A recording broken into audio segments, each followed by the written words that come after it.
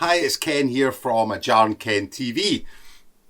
I've been asked lots of times about direct questions and indirect questions. Direct questions are when we speak to someone that we know. They can be very, very abrupt, very blunt, and if you don't know them, they can sound very, very rude. But because we know them, they're our friends, we can easily use it. Indirect questions we use with strangers, people that we don't know well. We want to sound, very, very polite and very, very friendly. With indirect questions, we use a lot of modal verbs. Could, would, and a lot of excuse me's and please. With direct questions, we use a lot of auxiliary verbs. Do, is, have. So I'm going to give you 5 quick examples that you can see the difference, and hopefully this can help you to improve your English and sound a little bit more friendly. If this is your first time on my YouTube channel, thanks for dropping by, and please remember to subscribe and turn on the notifications. So the first one, we're asking for directions. A direct question would be, where's the bus station? This is normal for an English learner because it's easy to say. But if you want to sound very friendly and much more polite, we can add a couple of things to it and change the structure. So the direct would be, where is the train station?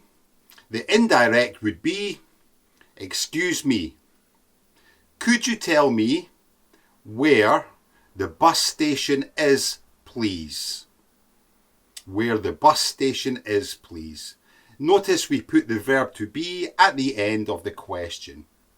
So, excuse me, could you tell me where the bus station is, please? Much better, much more friendly, and much more polite. Number 2, got your ID? If we're working and we're asking someone to give us their identification, we need to know who they are for maybe a transaction. Got your ID is very, very direct, and it can sound very, very rude.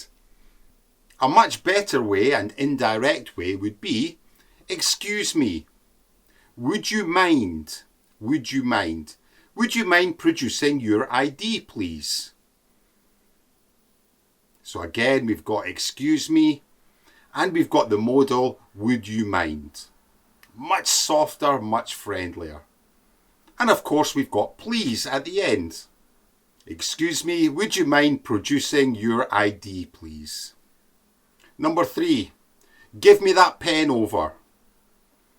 Again, this is something we would maybe say to friends, but it's very, very direct, and it can sound quite rude again.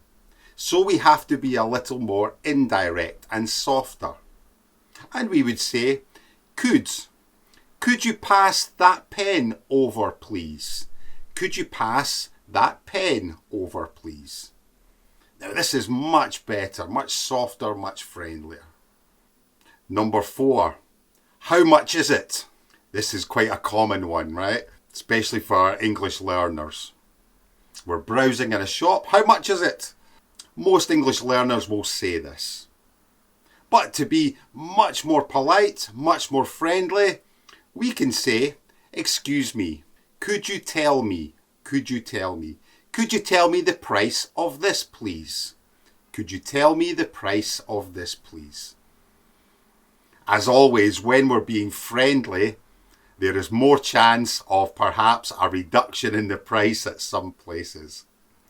So try and use that one. Number 5, what time is it?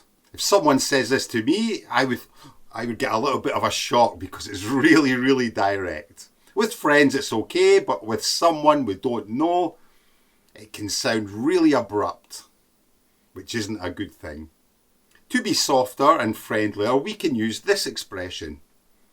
Excuse me, do you have the time on you, please? Do you have the time on you, please? Now, this is used much more with native speakers. This is how British English would ask for the time. Do you have the time on you, please? Much, much better. So these are 5 examples of direct questions and indirect questions. I hope you found it useful. If you have any questions, then please leave a comment below and I'm more than happy to do a video lesson for you. If this is your first time on my YouTube channel, thanks for dropping by, and please remember to subscribe and turn on the notifications. My name's Ken. Bye for now.